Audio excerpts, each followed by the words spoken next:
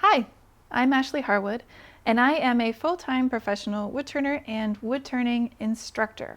In this video, we're going to be going over some tips and tricks for the bandsaw. Now, if you're looking for an all-around how to set up your bandsaw, how to put the blade on, how to set up the guides, that's not what we're covering in this video. We're going to be talking about specifically the difficulties that woodturners face. So if you're cutting wet wood, if you're cutting a lot of wet wood, and if you're trying to cut through a whole bunch of bowl blanks to get through a production run. So let's get started.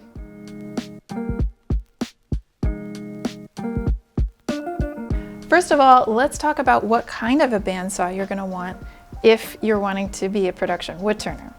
And in general, I would say go for as much horsepower as you can afford. This is a 5 horsepower saw, and at the time that I bought it, maybe I could afford it. But I'm a person who ascribes to the belief that when you buy nice tools, you only cry once. Some other things that you're going to want to look at when you're purchasing a bandsaw are what are the height that you can cut at and what's the width that you can cut at. Now, I'm not often going to maximize either the width or the height. If I have a bowl blank that's that big, honestly, it's probably going to be a little too heavy for me to comfortably lift up here and cut, and I'm probably going to be cutting it with a chainsaw anyway. So my primary concern if I'm shopping for a bandsaw is going to be horsepower. For the longest time, I had a much smaller bandsaw, which is a very nice bandsaw, but definitely not good enough for cutting up the quantity of bowl blanks that I'm going to need for teaching a class. So the next thing I want to talk about is what kind of a blade do we want to use? I'm going to be cutting through a whole lot of bowl blanks, so every time I teach a class, I'm cutting about 30 of them on this bandsaw. I want a blade that's going to hold up to a whole lot of abuse and that's going to cut through a whole lot of wood. So I go with the TIMBERWOLF 1-inch wide 2 TPI blade. It's a very rugged blade. Now, the other part about this, and we'll go over that in a second, is that I'm not trying to cut these pieces into a circle. I don't really need my bandsaw to make these pieces of wood round. That's what I have a lathe for. So as you can see, I've already been doing some cutting over here on my bandsaw today. I've been cutting some wet Bradford pear. Now when you're cutting a lot of that type of wood and it's wet and fresh, it tends to gum up the blade. You get all this sticky stuff stuck on the inside of the blade. I have a really neat trick for cleaning it up that's more simple than you would imagine it would be. I'm going to use my negative rake scraper, one of my wood turning tools, to clean that off. First of all, you want to make sure that your bandsaw is off for this. You can even unplug it if you want to be extra safe. And we're going to open up the top of the bandsaw here. I'm going to set my negative rake scraper flat on the table, and then I'm going to spin the wheel with my hand. Again, make sure your bandsaw is off when you do this. Okay. This next tip is going to help you get the absolute most out of your blade, and I know y'all are with me on that one. I'm going to share with you how I use my bench grinder with CBN wheels to sharpen my bandsaw blade. We're going to start by taking the blade off of the bandsaw.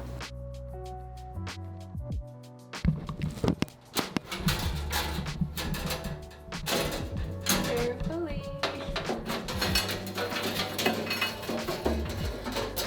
So now I just bring my blade over to my grinder, and I'm going to use this side part of the wheel right over here. This is my fine grit wheel. It's about a 320. And I'm using this side portion here, which I don't really use for anything else in my turning. I'm not somebody that's doing a lot of hollowing and stuff like that. So I'm going to use that portion to just sharpen the tops of each one of these blades. So I know you might be looking at this blade and thinking, Ashley, that's a long blade and that's going to take you forever to finish, but it's faster than you might think. So to prove my point here, I'm going to set my timer on my phone and we'll see how long it takes me. So I'm just going to put a little piece of tape on here that shows me where I started.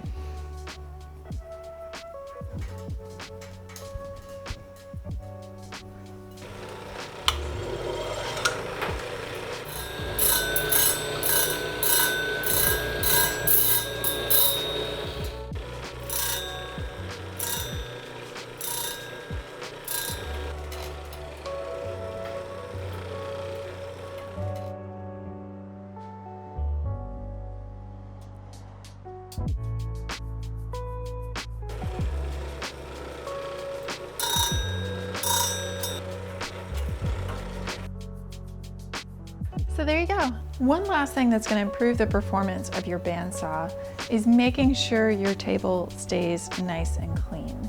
So we want to clean any type of rust or corrosion off of it. And of course, as soon as we get done cutting, we want to clean off all the wet shavings.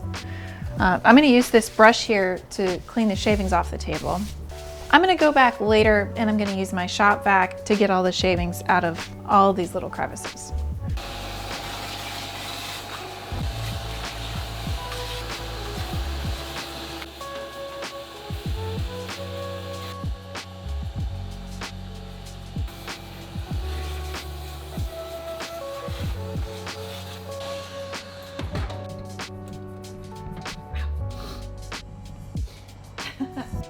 The product I use for cleaning off this table is this Sand Flex block. Now they are not a sponsor, I just really like this product. It works well for cleaning off both bandsaw tables and lathe beds. They come in coarse, medium, and fine. I probably use the medium and the coarse most often. I do want to wear a latex glove when I'm cleaning this off because it tends to leave a nasty residue on my hands.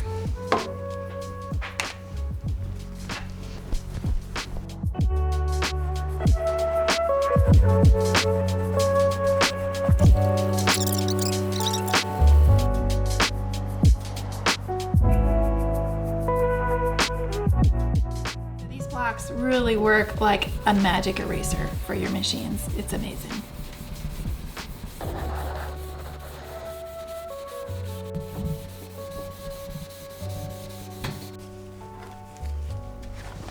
So last thing I want to do here is just put a layer of Renaissance wax on the table. This is going to make sure that when I'm pushing my wood across the table of the bandsaw, there's not going to be any resistance on the surface. So corrosion on the surface of the table is going to create resistance. Resistance means that I'm going to be pushing harder to push the blade through the work. And the harder you're pushing, that increases the chances of having an accident, which of course we don't want. I need to be able to continue playing the piano.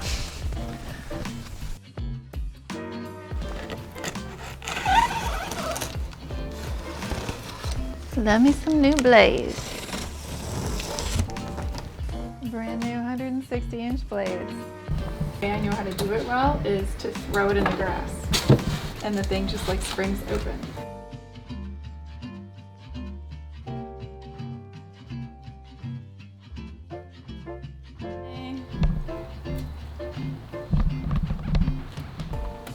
So you might be thinking, how is teeny tiny little Ashley gonna fold up this 160-inch blade? I'll show you. It's easier than you think. You just step on it, and then you don't have to worry about trying to finagle it with both of your hands or anything, and then you twist. So, hands away from me underneath like this, stepping on it down here, and I'm just gonna twist it. Make sure you wear gloves for this part. And we're gonna twist it again. And voila.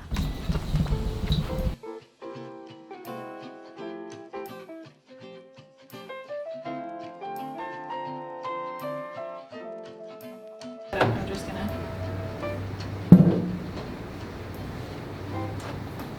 Well, that's all, guys. I hope that was helpful. If you're interested in the TIMBERWOLF blades or the Sand Flex blocks, we will have links down below the video for those. Thanks for watching. I'll see y'all next time. Thank you so much for watching. If you like what you saw, I do hope that you'll hit subscribe, and don't forget the little notifications bell so you don't miss any of our upcoming videos. And please let us know what you think in the comments. We love to hear back from you guys. I would like to take a moment to give a big shout out to all of my Patreon members. Thank you so much. We really appreciate all of your support, and especially in times like these, it really helps us to continue to bring you high quality photos and video to all of the social media channels. I would especially like to give a big shout out to my top tier patrons: Andrew Nidal, Chris Cairns, Dr. David Matheson, Erica Vane, Jim Tate, Chris Jones, Leonard Crowell, Mark Glonek, Robert Hunt, and Steve Snyder. Thank you so much. If you would like a behind-the-scenes look at what's going on here in Charleston, or if you would like to have a heads up before everybody else when I schedule my new classes, and yes, I will be scheduling new classes for early 2021, then head on over to the Patreon page and check it out. Well, thanks again, guys. Until next time.